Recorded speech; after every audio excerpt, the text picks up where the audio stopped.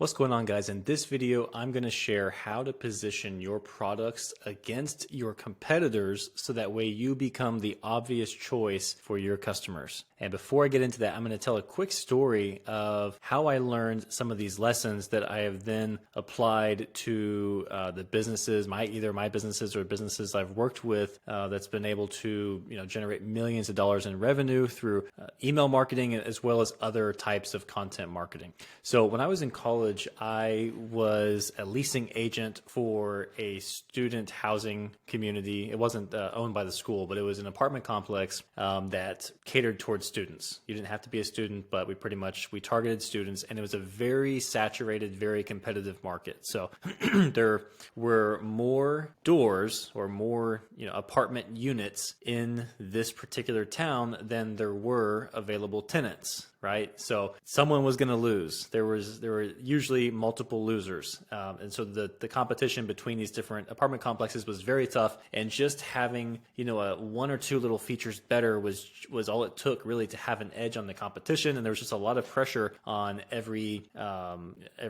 property to maintain a great property and to keep their people happy, because there was always some other property fighting to get those tenants. And this would happen every year. So the typical thing was for people to sign a 12-year lease. And so leasing season was all spring, summer, and fall. So spring, trying to get people to just go ahead and renew their lease and not even shop around. And then of course, summer and fall is whenever the heavy leasing season was. So as a leasing professional, I was the main person who was doing all the tours and really leading all of the sales for our property. And so one of the first things I did when I got that position is I and another one of the guys that I worked with, we went and we toured every single property in town, and we asked a ton of questions, and we made sure that we understood every single detail of these other properties, at least from the perspective of a college student who was going to be living there and shopping around, so that we knew how we could win in whenever we were trying to get people to sign a lease at our place, how we could make it clear that our apartment complex was the obvious choice. And truthfully, it wasn't the best one in town. It was competitive. We had about 3 or 4 direct competitors, because there were some properties that were just way cheaper and just weren't very nice, and so they just weren't even direct competitors. And then there were a couple that were way nicer but way more expensive. So again, they just were not in that kind of sweet spot that we were in, which was the most competitive spot, which was like reasonably priced, great amenities. We had the best location, and there were some other considerations like that. So what I would do is because I was armed with the knowledge of knowing all the little details of these different properties, when I would take someone on a tour, first thing I would do is just ask a bunch of questions, try to get to know them, try to see, okay, what is it that they really want in a home? Like, what are they looking for? Are they looking for community, like as far as meeting other people, making new friends? Are they going to be social? Are they going to be hanging out at the pool? Are they going to come to the cookouts that we host? Things like that. Or do they want to live somewhere that's quiet, where they can just spend all their time studying and not doing any socializing? And then what do they care about in the apartment itself? So like, do they care more about square footage? Do they care about the layout? How many roommates are they potentially going to have? Because that's going to affect the price. And then things like that. So once I kind of knew their whole situation, I would figure this out as we're just doing small talk in the office and they're filling out a couple of little pieces of paper before the tour. When we go on the tour, I'm basically showing them everything that they're looking for. So I'm making sure to not only show them everything they're looking for, but based on knowing their preferences and knowing which other places they're going to shop. And sometimes I would just outright ask them what other places they've toured. I would make a point to specifically mention things where we had an advantage, but I would never name the other property, right? I never bashed another property. I would just say things like, for example, our units were anywhere from 1 bedroom, or I think 2 bedrooms, up to 4 bedrooms. And each tenant is charged separately. And sometimes when you end up in these kind of apartment complexes, if you don't bring all your roommates, you might end up with someone else in there. But most people are going as a group, and the more people you have in one apartment, the cheaper it's going to be per person. So our 3 and 4 bedroom units were the most popular, because having more bedrooms, again, made it more affordable for everyone. So every time our most direct competitor, one of the downsides of their 3 and 4 unit apartments was that one of the rooms did not have a window for whatever reason. So what I would do is anytime someone was touring going, and I knew that they were going to have 3 or 4 total people in the apartment, and I knew that they would be potentially shopping this competitor because they were our most direct competitor, and they genuinely had, I would say, the closest in value, all things considered, to what we offered for the 3 and bedroom units. I would always make this point that, hey, and you'll notice as we go through this that every single room has their own bedroom, so no one feels like they're living in a jail cell. And that little comment was just enough where they're, they would kind of be like, huh, what are you talking about? Just enough so that when they did go tour the other place, or if they already had, they now have assigned a label to that room that doesn't have the bedroom. So now they're starting to think like, okay, of our friends, who's going to be the one who has to get the jail cell room? And that, by the way, at that other property, the jail cell room was not cheaper than the others, meaning you pay the same amount, but you don't have a window in your room, which would be terrible. And just like that one little thing is enough to make the difference, to be better positioned in their mind, because now they don't have to deal with the fighting or the arguing over who gets which room, and no one is stuck feeling like they've been shorted the whole time they're living there. And there were other things like that, just knowing like if they really cared about storage space, we had this loft in our bedrooms above the one side of the room that gave a lot of extra storage, which was a big concern with all of these apartments, that most of them had terrible storage. So again, just little things like that, just knowing what they wanted and making a point to not make a huge deal, but to make a memorable note about the specific things that would, clearly differentiate us in their mind against the competitors. And that was how I was able to have the highest close rate of, I don't know about to this day, but from someone that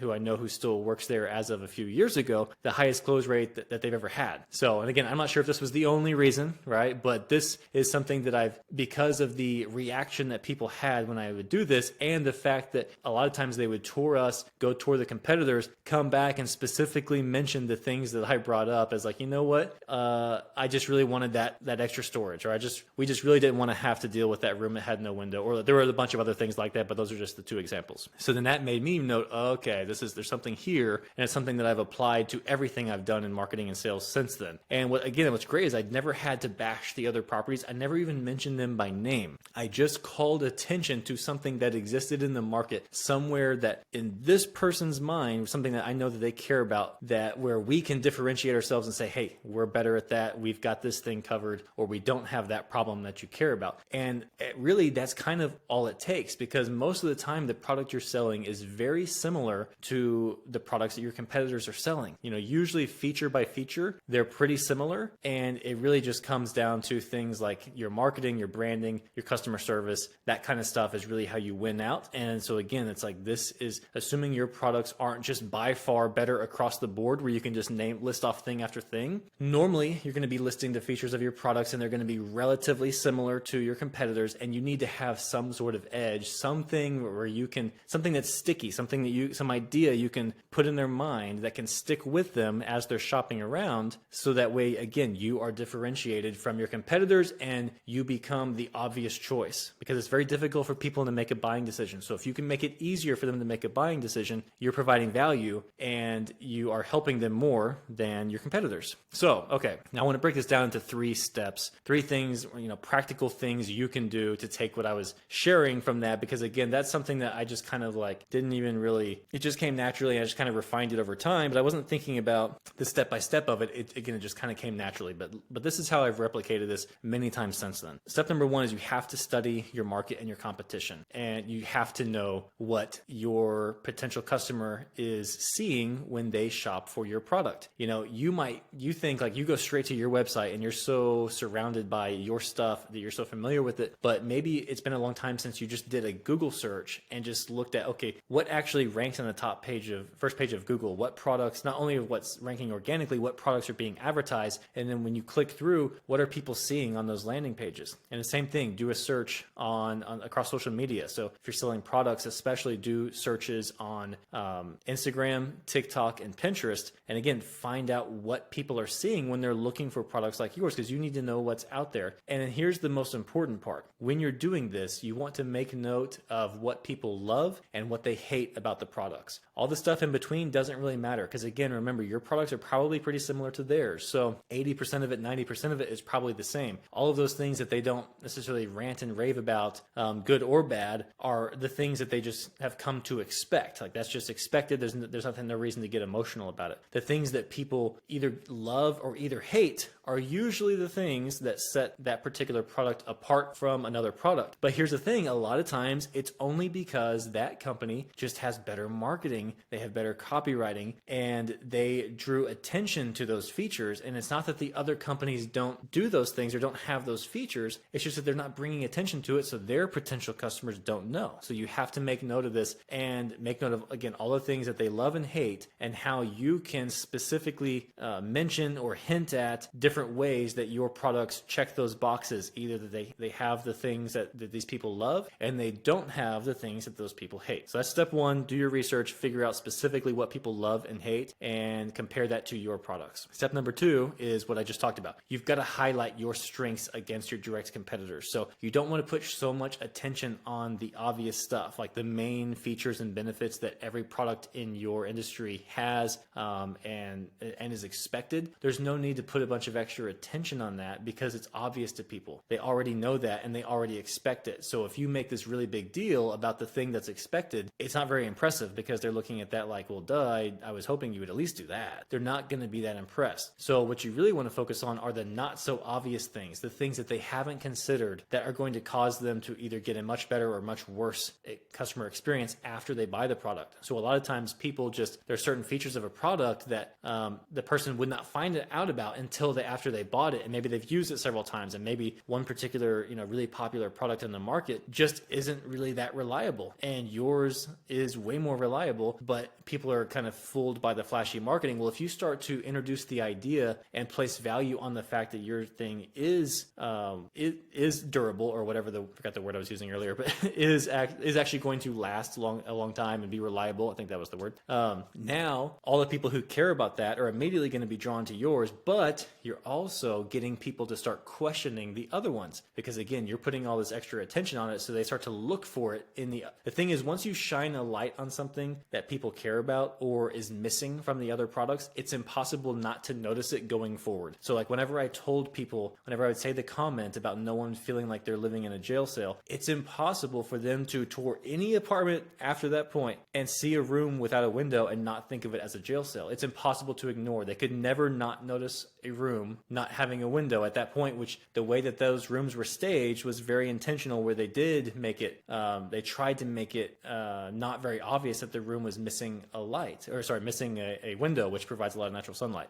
So you've got to bring attention to the not so obvious things, and then you especially want to get them thinking about what's going to happen after they buy. So the good things that they're going to get, and then the bad things they're going to miss out on. And that's really step number three. And that is to get them thinking past the sale. So if you know your market, you know where your product stands, you know how to differentiate your product against the others. Now, so you've already planted some seeds in their mind. You've put these ideas in their mind, that things that you've revealed things they cannot unsee now. And you've also brought attention to things that they care about. So now you want to get them thinking past the sale, because you want them to only picture themselves using your product and not using the others. And this is a psychological tactic. It's a form of persuasion. There's different terms for it, but I like the term thinking past the sale because that is a popular sales technique. And that's where, again, you want to use the copy, use anything you're doing with marketing and branding to get them to imagine themselves enjoying your product. So you want them thinking beyond the the sales process of what they're doing now, buying the product and, waiting on shipping and all that. You want to have very descriptive copy about what life is going to be like after they already have the product and they're getting to enjoy the results of having that product. And they also get to avoid the hassles and problems that they would experience if they had purchased another product. And again, the more you can get this person to imagine it, it just becomes harder and harder for them to imagine themselves using another product or to imagine themselves not having this product at all. So those are the three things. And by the way, I want to just connect that. I forgot to mention that, but